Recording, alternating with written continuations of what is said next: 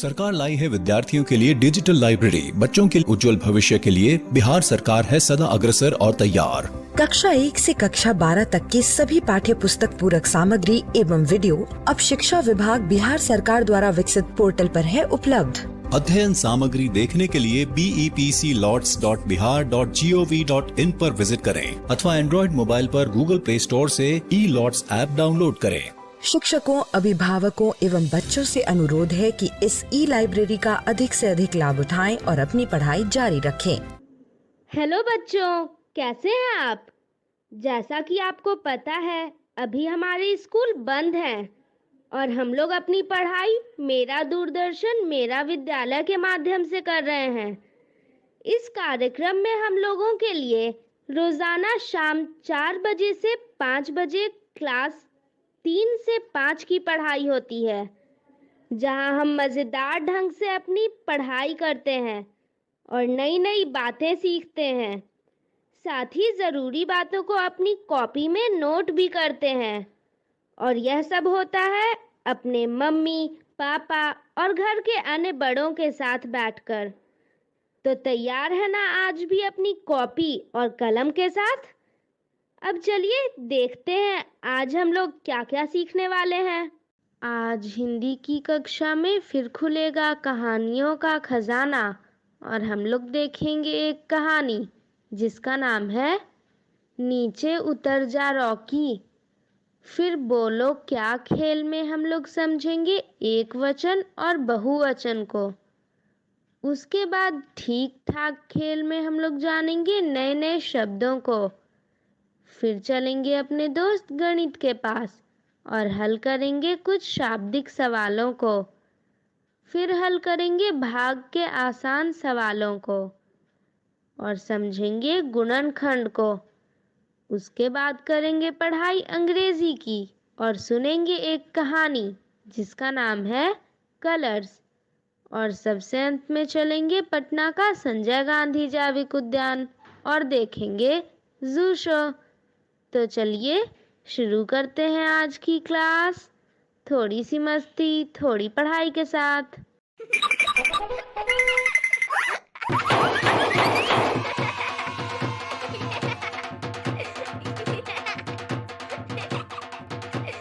Hello दोस्तों, स्वागत है आपका हमारे शो में जिसका नाम है थोड़ी सी मस्ती थोड़ी पढ़ाई। इस एपिसोड में हम खेल खेल में कुछ सीखेंगे। क्या सीखेंगे ये तो आपको पता ही है। आज हम 2 विषय सीखेंगे, हिंदी और गणित।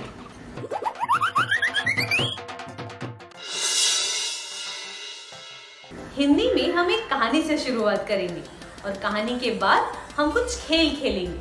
ये खेल बड़े ही सरल होंगे और आपको हिंदी भाषा के बारे में समझने में मदद करेंगे।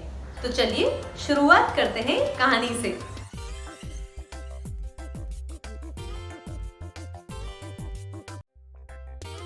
बिट्टू, पता नहीं आज ये मोती कुत्ता क्यों नहीं आया।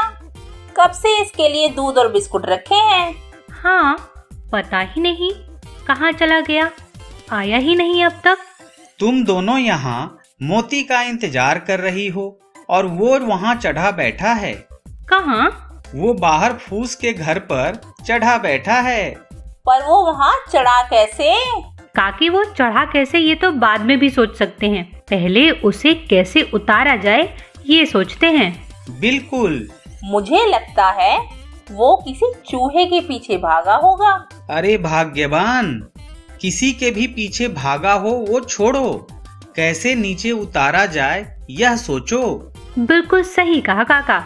ऐसा करते हैं, गत्तों से इमारत बना देते हैं। और जैसे ही इमारत पर पैर रखा, मोती नीचे और टूट जाएंगे हाथ पैर।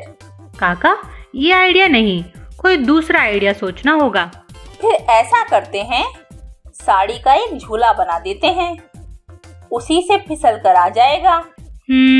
ऐसा करते हैं, साड़ी झूला नहीं, लकड़ी के फट्टे से फिसल पट्टी बना देते हैं। बिल्कुल, मैं झट से लकड़ी का फट्टा ले आता हूँ। ठीक है। बिट्टू के काका, जरा जल्दी लाइए। हाँ, बस ले आया। ये लगाया फट्टा और मोती आया नीचे। शुक्र है रॉकी की तरह मोती को हमने किसी तरह नीचे उतार लिया। पर ये रॉकी है कौन? हाँ काका, बताइए ना, यह रॉकी कौन है और उसने क्या किया? यह जानने के लिए सुनते हैं यह कहानी।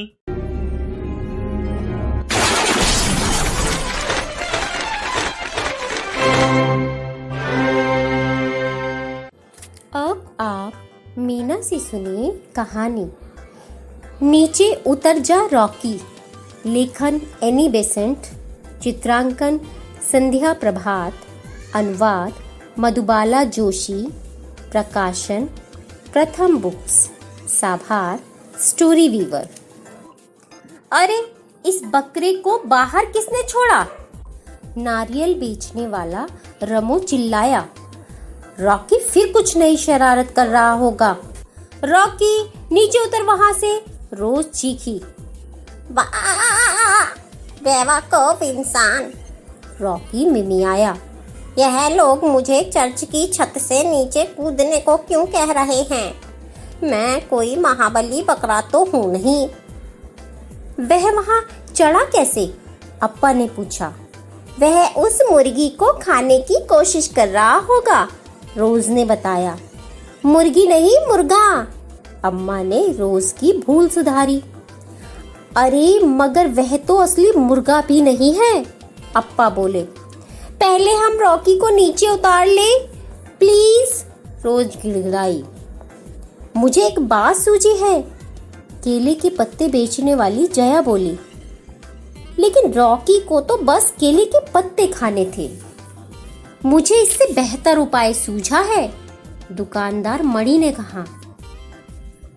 लेकिन रॉकी को डिब्बे का गत्ता खाना था। मैं एक बेहतर उपाय करता हूँ, बड़ई पीटर बोला। रॉकी जरा संभल कर, रोज चिल्लाई। सर, रॉकी सरकता हुआ नीचे आ गया। दोबारा उस मुर्गे को खाने की कोशिश न करना, रोज खिलखिलाई। लेकिन अम्मा, अप्पा, नारियल बेचने वाला रमो, केले के पत्ते बेचने वाली जया, दुकानदार मणि और बड़ई पीटर क्या बोले? रॉकी को दोबारा खुला मत छोड़ देना।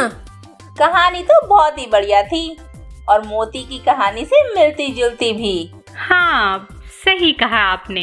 हाँ, पर हमें मोती को उतारने के लिए ज्यादा मशक्कत नहीं करनी पड़ी। वो तो है, वरना रॉकी को उतारने के लिए क्या क्या उपाय किए गए। और अंत में उसी तरकीब से उतारा जिस तरकीब से हमने मोती को उतारा।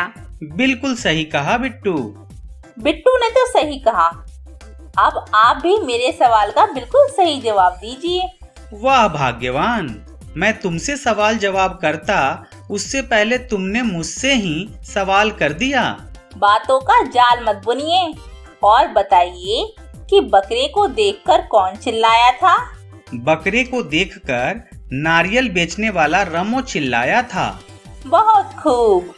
काकी, अब आप बताइए कि रोज क्यों चीखी कि रॉकी नीचे उतरा?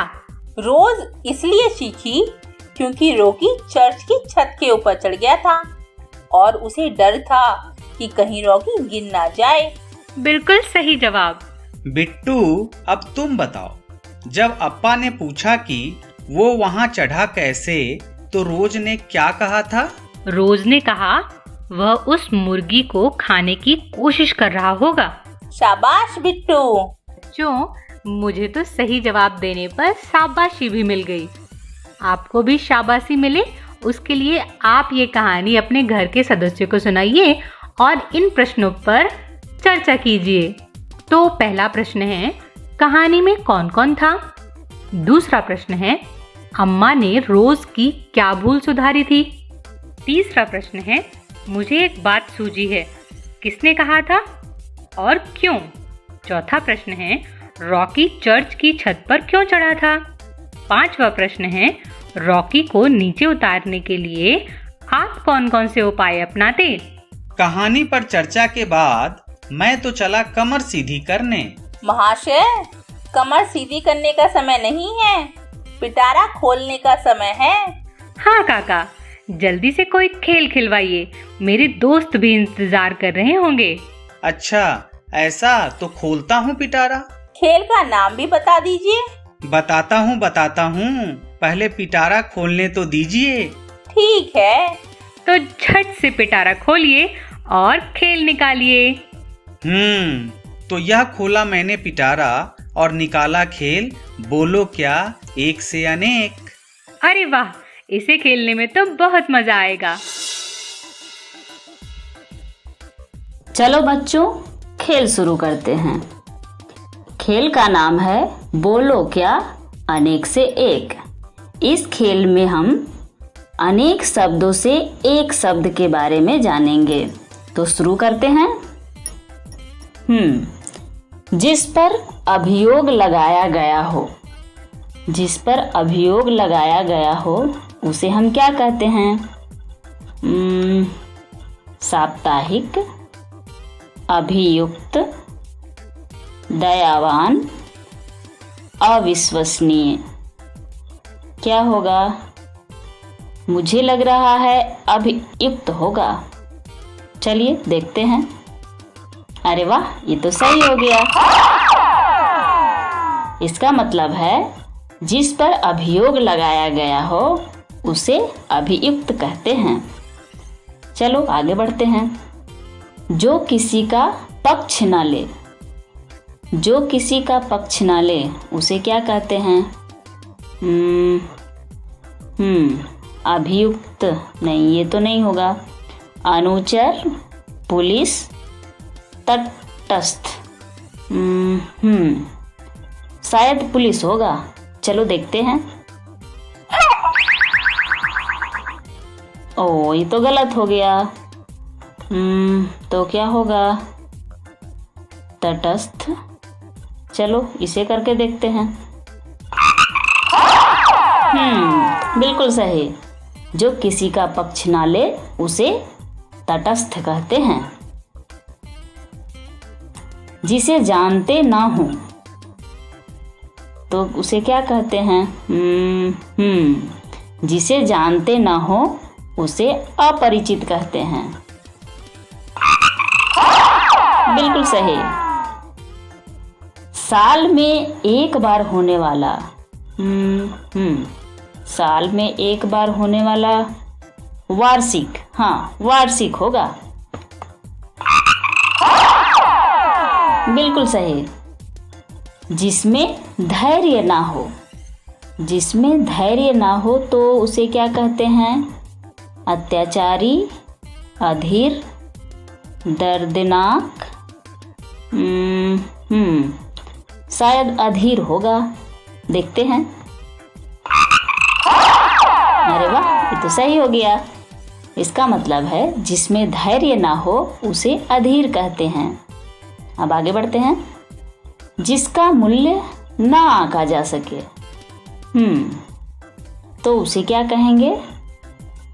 त्रिभुज, निकपट, जिज्ञासु, अमूल्य।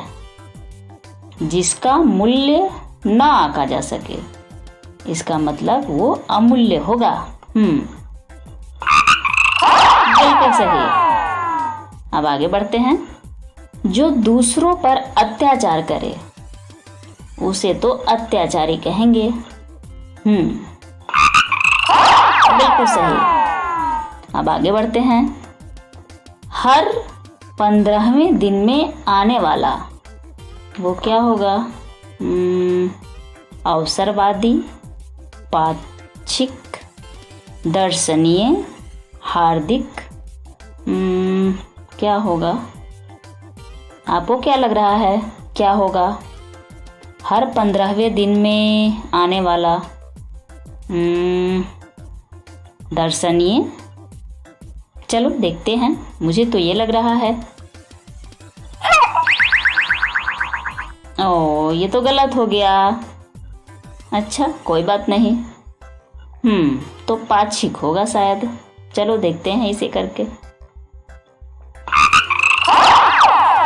बिल्कुल सही। हर 15वें दिन में आने वाला को पाक्षिक कहते हैं। चलो बच्चों, तो खेल खत्म हो गया। फिर मिलेंगे, बाय बाय। ये तो बहुत ही अच्छा खेल था। बिल्कुल सही कहा बिट्टू, इस खेल से तो बहुत कुछ सीखने को मिला। जब खेल खेल में सीखना हो ही रहा है तो क्यों न एक और खेल खेला जाए और कुछ नया सीखा जाए।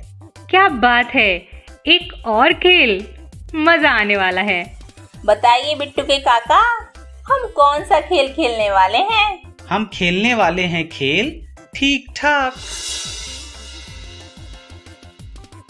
दोस्तों, अब खेल शुरू करते हैं। खेल का नाम है ठीक ठाक। इस खेल में हमें अनुच्छेद के कुछ शब्द बिखरे हुए मिलेंगे जिसे हमें सही जगह व्यवस्थित करना होगा। तो शुरू करते हैं। तो अब इसमें हमें सबसे पहले यह है फूलों रस से बनता। तो यहाँ पे क्या होगा? फूलों को नहीं, ये नहीं होगा। फूलों के रस से बनता। क्या बनता है? शहद बनता है। शहद बनता है।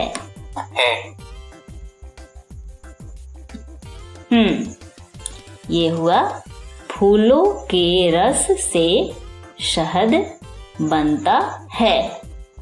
चलिए अब अगला वाक्य देखते हैं। मीठा होता है। तो क्या मीठा होता है? ताकत। शहद शायद शहद होगा। शहद शहद बहुत मीठा होता है। इसे खाने से ताकत आती है। शहद बीमारी को भगाता है। ये होगा शायद। भगाता। बहुत बढ़िया। अब आगे बढ़ते हैं। अब इसमें क्या करना है? बस पर है। तो इसके खाली जगह पे क्या होगा? बस पर है। बस सड़क पर चलती है। बस सड़क पर चलती है। ये ठीक है। पटरी पर है। क्या पटरी पर है? तो पटरी पर क्या होता है? रेल। रेल पटरी पर चलती है। रेल पटरी पर चलती है। ये सही हुआ। नाव पानी चलती। तो यहाँ पे क्या होगा? नाव पानी में चलती है। अब बच गया एक वाक्य और। तो इसमें क्या होगा? लोग आते जाते हैं। इनसे लोग आते जाते हैं। ये हुआ ना बात। बहुत बढ़िया। अब आगे बढ़ते हैं। भैया लेकर आए। तो भैया क्या लेकर आए? क्या होगा? भैया तो रघु भैया होंगे शायद। रघु भैया लेकर आए। तो क्या लेकर आए? रिक्शा। रिक्शा होगा शायद। ये सही है। रघु भैया रिक्शा लेकर आए। झट उसमें गए। तो यहाँ पे क्या होगा? क्या होगा यहाँ पे? आप भी सोचिए। क्या होगा? झट उसमें गए।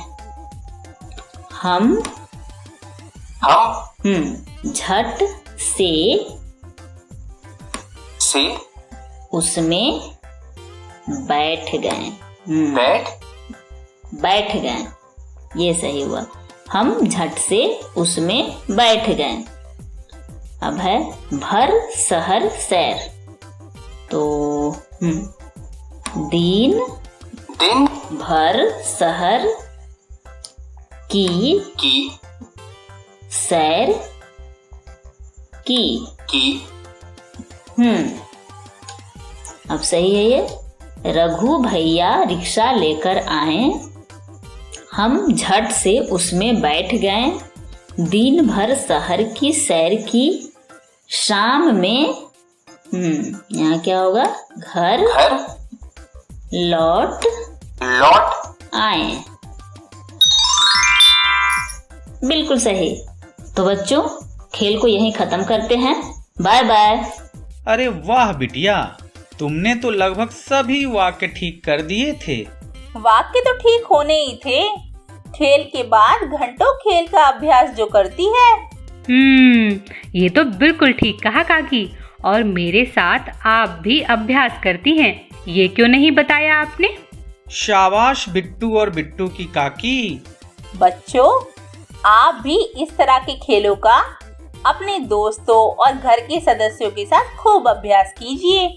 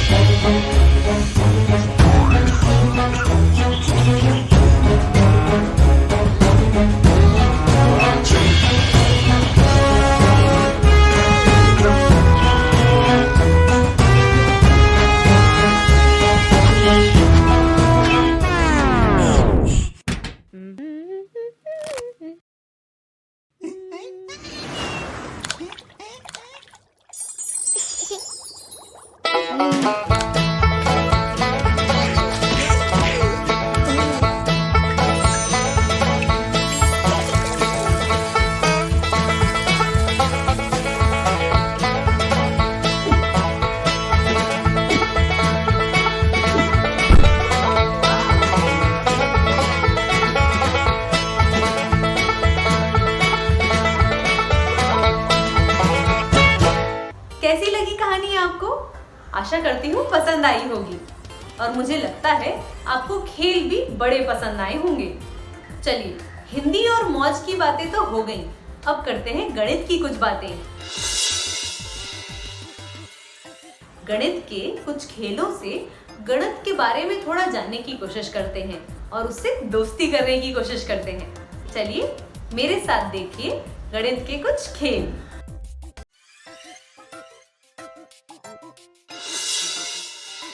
हेलो दोस्तों, आइए हल करेंगे शाब्दिक सवाल।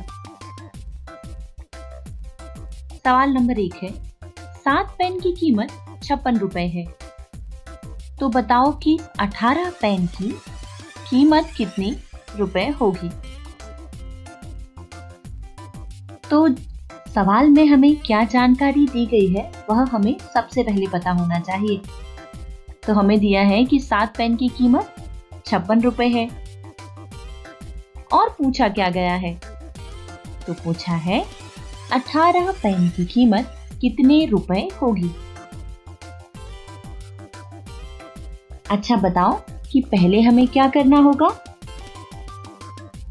भाग या गुना। एकदम ठीक, पहले हम क्या करेंगे, भाग करेंगे और उसके बाद हम करने वाले हैं गुणा। तो इस तरह पहले भाग और फिर गुणा करके हम इस सवाल का जवाब निकाल पाएंगे। तो आओ एक पेन की कीमत ज्ञात करते हैं। एक पेन की कीमत ज्ञात करने के लिए हम भाग की प्रक्रिया में 56 और 7 को लिखेंगे। अब पहले तो 5 दहाई पेन बांटेंगे हम कितने भागों में, 7 भागों में। तो प्रत्येक भाग पे क्या मिला? 0। और इस तरह हमने 0 पेन बांटे। तब क्या बचे? पूरे 5 दहाई पेन। और अब इस 6 इकाई को 5 दहाई के साथ मिलाकर लिखा तो कुल हो गया 56। अब अगर हम 56 को 7 भागों में बांटते हैं तो प्रत्येक भाग पर मिलता है 8। और इस तरह हमने बांटे 56 के 56 पेन और पूरे 56 बांट दिए, इसलिए बचा 0। तो एक पेन की कीमत हमें क्या मिली? भागफल पर मिला 8, इसलिए एक पेन की कीमत 8 रुपए है। अब 18 पेन की कीमत हमें ज्ञात करनी थी। इसके लिए हम 18 गुणा 8 लिखते हैं और अब गुणा कर लेते हैं। तो सबसे पहले इकाई का इकाई से करते हैं। इस तरह हमें मिल गया 64। और फिर इकाई का दहाई से करते हैं तो 8 गुना 10 कुल मिलाकर हो गया 80। यहाँ लिख लेते हैं। अब दोनों को जोड़ लेते हैं तो कुल मिलाकर मिलेगा 144। तो 18 पेन की कीमत 144 रुपए है। 3 दर्जन केलों का मूल्य 60 रुपए है। तो बताओ कि 25 दर्जन केले कितने रुपए में मिलेंगे? तो इसे हल करने के लिए सबसे पहले क्या जानकारी दी गई है उसे लिख लेते हैं। तो दिया है 3 दर्जन केलों का मूल्य 60 रुपए है। और क्या पूछा गया है? तो 25 दर्जन केले कितने रुपए में मिलेंगे? और हम पहले क्या करने वाले हैं? भाग या फिर गुना?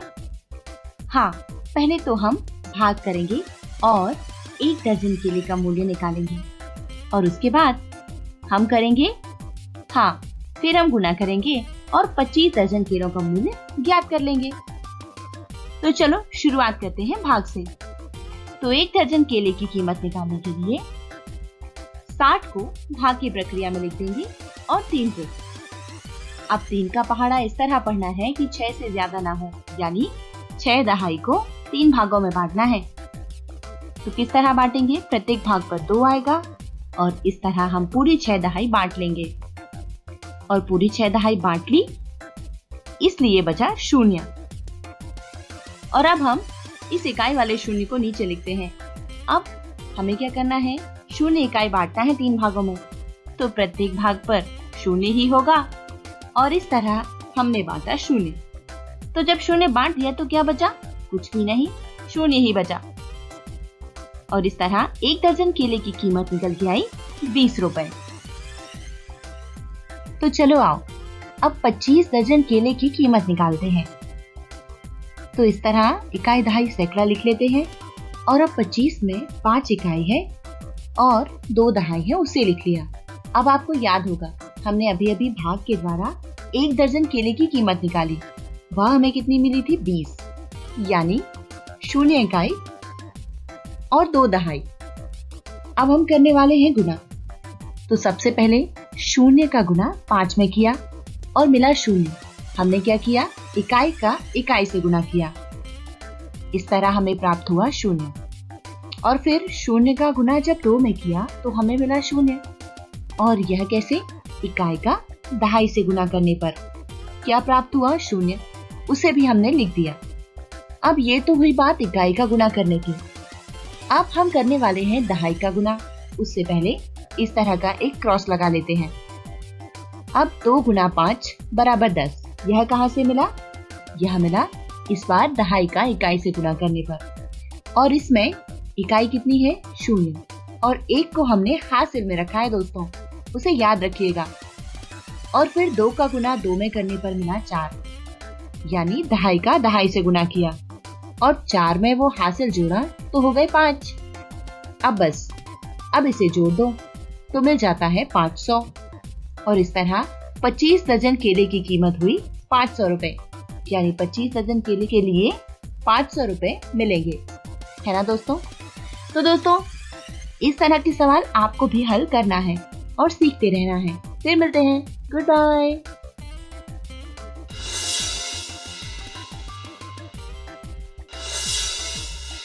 तो बच्चों अब बारी है अभ्यास के लिए सवाल की। तो ये रहा पहला सवाल। एक बगीचे में 4 क्यारियां हैं। माली ने प्रत्येक क्यारी में 9 पौधे लगाए। उन सभी पौधों को 3 लोगों में समान रूप से बांट दिया। तो बताओ हर एक को कितने पौधे मिलेंगे? सवाल ध्यान से सुनिए दोस्तों। एक बगीचा है जिसमें है 4 क्यारियां। अब माली आया तो माली ने क्या किया? हर क्यारी में 9 पौधे लगा दिए और सभी पौधों को 3 लोगों में समान रूप से बांट दिया। तो आपको बताना क्या है कि हर एक व्यक्ति को कितने कितने पौधे मिलेंगे। तो करो हल। और अब अगला सवाल। रवि ने 4 टोकरियों में 5-5 आम रखे। वह सभी आम 2 दोस्तों में समान रूप से बांट दिए। तो बताओ कि हर एक को कितने आम मिले। क्या किया है रवि ने? 4 टोकरियों में 5-5 आम रखे हैं और सभी आम 2 दोस्तों में बांट दिए हैं। तो हर एक को कितने आम मिलेंगे? अगला सवाल है, मेरे पापा ने 5 गुल्लक में 10-10 रुपए रखे। फिर वह रुपए हम 2 भाइयों में एक समान बांट दिए। तो बताओ कि हर एक को कितने रुपए मिले। और अगला सवाल है, रमेश के जन्मदिन पर 20 व्यक्ति 2-2 खिलौने लाए। मैंने वह खिलौने अपने भाई के साथ बराबर बांट लिए। तो बताओ कि प्रत्येक को कितने खिलौने मिले। क्या किया? रमेश के जन्मदिन पर 20 व्यक्ति 2-2 खिलौने लाए थे। मैंने क्या किया? मैंने वह खिलौने अपने भाई के साथ बराबर बराबर बांट लिए। तो प्रत्येक को कितने खिलौने मिले। और अब आखिरी सवाल।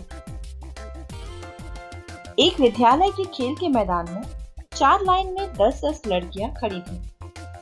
बाद में वह सभी लड़कियां 5 कक्षाओं में समान रूप से चली गईं। तो बताओ कि हर एक कक्षा में कितनी लड़कियां गई होंगी। सोचकर जवाब दीजिए। फिर मिलते हैं। Good bye.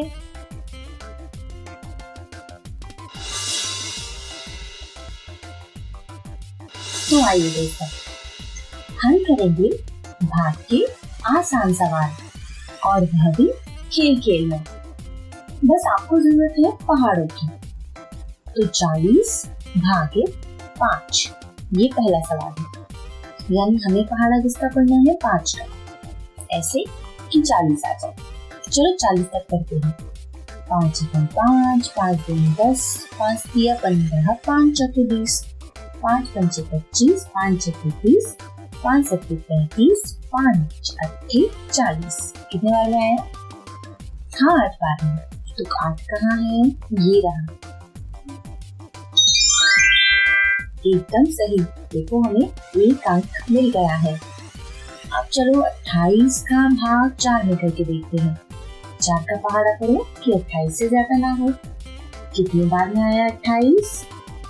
जी हाँ, ये आया 7 बार में। अब देखो 120 भाग 2। इसे कैसे करेंगे? थोड़ा मुश्किल है? इतना भी नहीं। ये लाल रंग से शून्य इसलिए बनाया है ताकि आप समझ सके। इकाई का जो शून्य है हम उसे नहीं रखेंगे, अंत में हमारे उत्तर में जोड़ देते हैं। ठीक है, मान लो कि सिर्फ 12 आपके पास है, तब 12 भाग 2 होता तो कैसे करते? 2 का पहाड़ा करते ऐसे कि 12 आ जाए। तो कितने बार में आता? 2 छक्के 12 है ना दोस्तों। और अब क्या करो? ये इकाई वाला शून्य लगा दो तो उत्तर हुआ 7। यानी 120 भागे 2 60 होते हैं। बिल्कुल सही है। देखो 3 अंक मिल चुके हैं। अब अगला सवाल है 150 भाग 3। इसे करें। अब आप समझ गए, इकाई वाले शून्य को हम पीछे लगा देंगे। अभी करते हैं 15 का भाग 3। तो 3 5 15। और अब क्या करें? अब ये इकाई वाला जो शून्य है, चलो इसे लगाते हैं। तो इकाई वाला शून्य लगाने पर हो गया कुल 50 और अंक में 4 मिल चुके हैं। अब आगे बढ़े। 5400 भाग 6। आओ इसे कैसे करेंगे। इस बार हमारे पास इकाई में 2 शून्य हैं, 1 इकाई और 1 दहाई पर। इन्हें हम बचा के रखेंगे। मान लो कि सिर्फ संख्या है 54 और भाग करना है 6 से, तो करो 6 का पहाड़ा। कितने बार में 54 आता है? मुझे तो लगता है कि 9 बार में। आपको क्या लगता है? हाँ, 9 ही बार में आता होगा। तो 9 लिख लें और अब पीछे कितने शून्य लगा दे? 1 और 1 2, 1 और 1 2। एकदम सही, 900। अब अगला करें हल। अब है 2800 भाग 4। इसे कैसे हल करेंगे? ठीक उसी तरह। देखो भाई, 2 शून्य है, पीछे लगा लेंगे बाद में। अभी 4 का पहाड़ा पढ़ते हैं कि 28 आ जाए, तो 4 सत्ते 28। अब लगा दो 2 शून्य पीछे। ये लो, 1 और 1 2। हो गया हल। बिल्कुल सही, 6 अंक हमें मिल चुके हैं। बस 4 सवाल और हमें मिलेंगे पूरे 10 में से 10 अंक, जो कि हमें पाने हैं दोस्तों। ठीक है, अब देखो 270 भाग 30। इसे कैसे करेंगे? इसे समझिए। यहाँ इकाई पर कितना है? 0 और 30 में भी इकाई पर 0 है, यानी 30 वाले शून्य को 270 वाले शून्य से काट देंगे। तब क्या बचेगा? 27 भाग 3। बस अब 3 का पहाड़ा पढ़ो। 3 दूनी 27। आ गए ना उत्तर, और अंक भी साथ मिल चुके हैं। अब इसे देख लेते हैं। 350 भाग 70। फिर से इकाई के 2 शून्य हम ये काट देंगे, तो 35 भाग 7। 7 बचे 35। बिल्कुल ठीक दोस्तों। अब ये 2 आखिरी सवाल हैं। 4800 भाग 7। इस बार ये इकाई का शून्य इस इकाई के शून्य से काट दो। तब क्या बचा? 480 भाग 6। यह भी थोड़ा मुश्किल है, लेकिन हमने अभी समझा कि ये जो इकाई वाला शून्य है, इसे तो हम अंत में उत्तर में लगाएंगे। अभी करते हैं 48 का भाग 6 से। तो 6 7 42 और 6 8 48। अब ये जो शून्य बचा वो लगा दो। कुल हो गया 80 और अंक मिल चुके हैं 9। अब आखिरी सवाल 1000 भाग 50। 50 का शून्य तो हम इस शून्य से काटने वाले हैं। बचेगा 100 भाग 5। इकाई का शून्य बाद में लगाएंगे। अभी करते हैं पहाड़ा 10 भाग 5 के लिए। तो 5 एकम 5, 5 दूनी 10। अब लगा दो इकाई वाला शून्य, तो 20।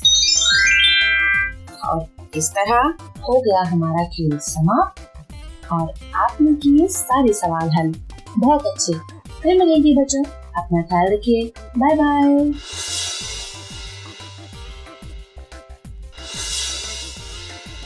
हेलो बच्चों, कैसे हैं आप सभी?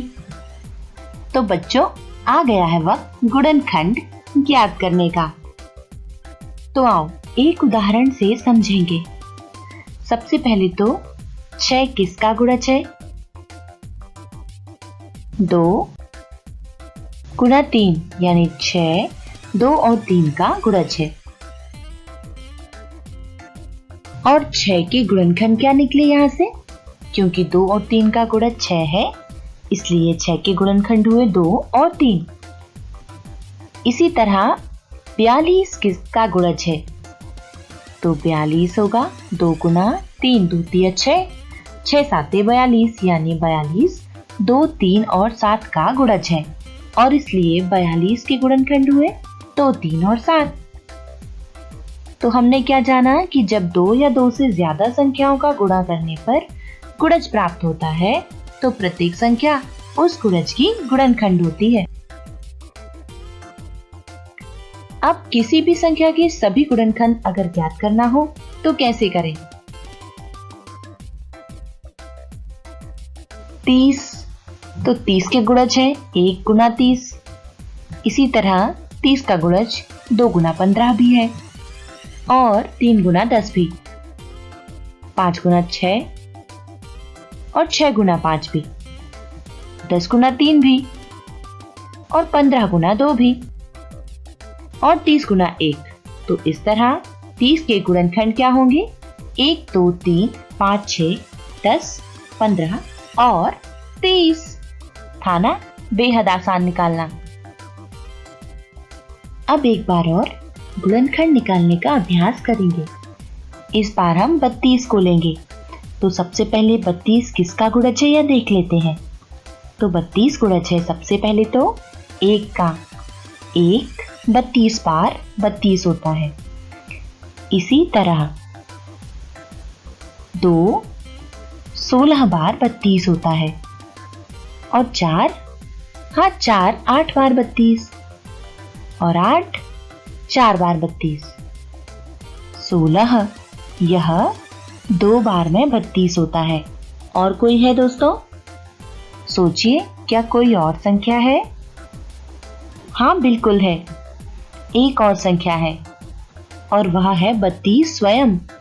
देखो 32 का पहाड़ा एक बार पढ़ो तो आया ना 32। इस तरह 32 के गुणनखंड हमें मिल गए। क्या गुणनखंड मिले? हमें मिले 1 2 4 8 16 और 32 स्वयं। तो हमने सीखा गुणनखंड निकालना। गुणनखंड कैसे निकाला? गुणज के माध्यम से। आप भी कोशिश कीजिए बच्चों, संख्याएं लिखिए और उनके सभी गुणनखंड याद कीजिए। इसी के साथ आज के लिए इतना ही। अगले एपिसोड में एक नई और रोचक जानकारी के साथ हम फिर मिलेंगे। अलविदा, बाय बाय।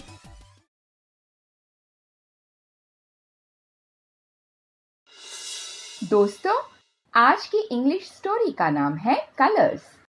इस कहानी का स्रोत है स्टोरी वीवर कम्युनिटी। इस कहानी के लेखक है माधव सवाण और चित्रकार है रुजुता घाटे। कलर्स यानी रंग, और रंग सभी को पसंद होते हैं। मुझे तो बहुत पसंद है। आपको पता है मेरा पसंदीदा रंग नीला है। आपका भी अपना पसंदीदा रंग जरूर होगा। लेकिन अब चल के देखते हैं कि इस कहानी में कौन से रंग के बारे में बताया जा रहा है। Why is the sky blue? It is not always blue, is it? Why are leaves green? They are not always green, are they? Why are bananas yellow? Ripe bananas are yellow. Raw bananas are green. Why are umbrellas black? All umbrellas are not black. Why is blood red? There is iron in the blood. That makes it red. Why is salt white? I don't know. अरे, ये कहानी तो बहुत अलग है। मुझे तो इसे दोबारा सुनना है। चलो तो फिर। Why is the sky blue? It is not always blue, is it? Why are leaves green? They are not always green, are they? Why are bananas yellow? Ripe bananas are yellow. Raw bananas are green. Why are umbrellas black? All umbrellas are not black. Why is blood red? There is iron in the blood. That makes it red.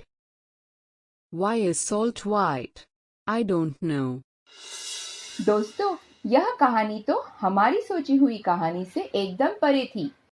इसमें ज्यादातर why यानी क्यों के सवाल किए गए थे। सवालों में किसी वस्तु का रंग ऐसा क्यों होता है, यह पूछा गया है और इसके मजेदार लेकिन सही जवाब भी दिए गए हैं। पता है, कभी-कभी ऐसे सवाल मेरे दिमाग में भी आते हैं, लेकिन कभी पूछती नहीं हूँ। अब कहानी सुनने के बाद ऐसा लग रहा है कि मुझे सवाल पूछने चाहिए। क्यों? सही कहा ना मैंने?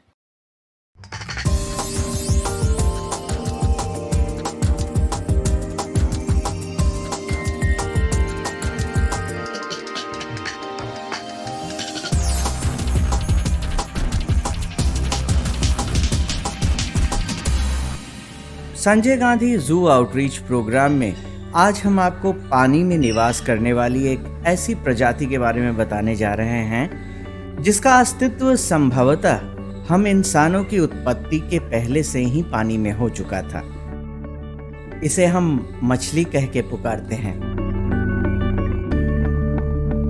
इन्हीं रंग बिरंगी मछलियों के निवास स्थल को संजय गांधी जैविक उद्यान में मछली घर के नाम से जाना जाता है, जो देखने में बिल्कुल मछली की तरह है। यहाँ बने मछली घर में 44 अलग अलग टैंक हैं, जो 44 विभिन्न प्रजाति की रंगीन मछलियों का इठलाता मचलता शानदार संसार है, जिसे देखकर किसी की आंखें आश्चर्यचकित रह जाती हैं।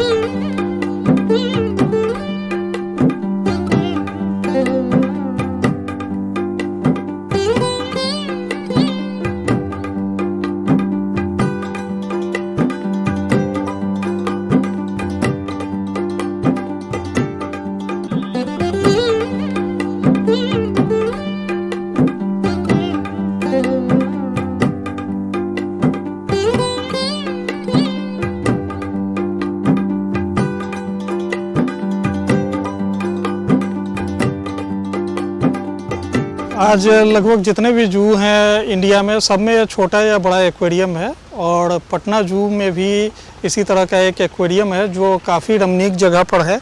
यहाँ पर जो एक ओल्ड लेक है, चारों तरफ आर्टिफिशियल लेक है, उसके बीच में एक आइलैंड की तरफ ये एक्वेरियम अवस्थित है और ये 1993 में इसका संचालन शुरू किया गया था।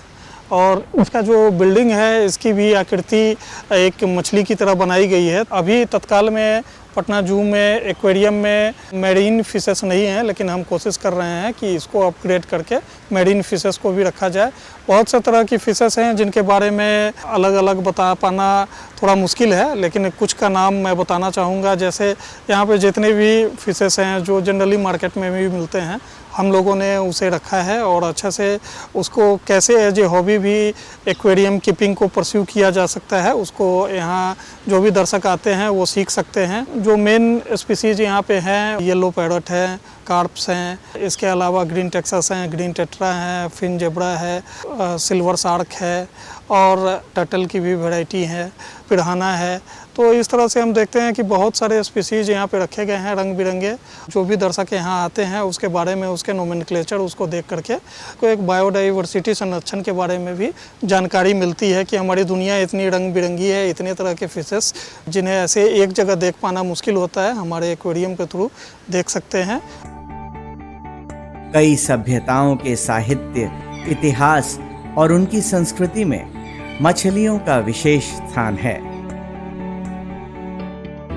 मछली घर एक ऐसी दुनिया है जो हर उम्र के लोगों को खूब भाता है। यहाँ आने वाले बच्चों के लिए तो मानो ये एक अनूठी दुनिया है। सप्ताह में उसको सफाई किया जाता है पानी का। जाड़े के दिन में हम लोग हीटर लगाते हैं जिसका टेम्परेचर 28 डिग्री रहता है और मछली बीमार है तो उसको 30 डिग्री टेम्परेचर रखते हैं। उसके लिए टेरामाइसिन दवा जब बीमार पड़ता है तो एंटीबायोटिक दवा है दिया जाता है।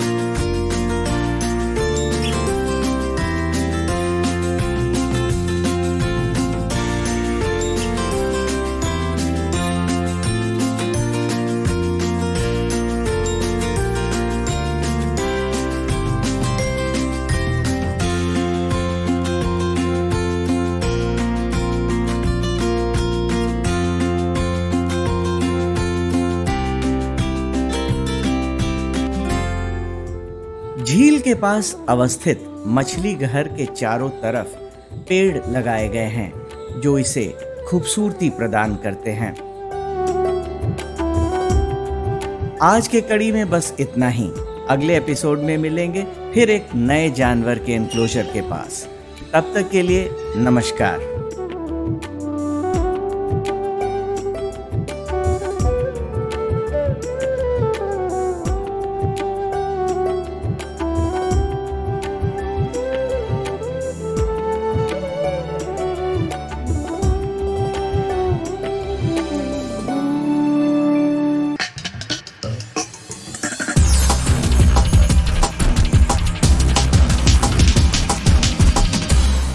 तो आशा करती हूँ बच्चों आज के एपिसोड में आपने जरूर कुछ नया सीखा होगा। तो घर पर रहें, पढ़ते रहें, बढ़ते रहें। मिलते हैं अगले एपिसोड में। बाय बाय बच्चों।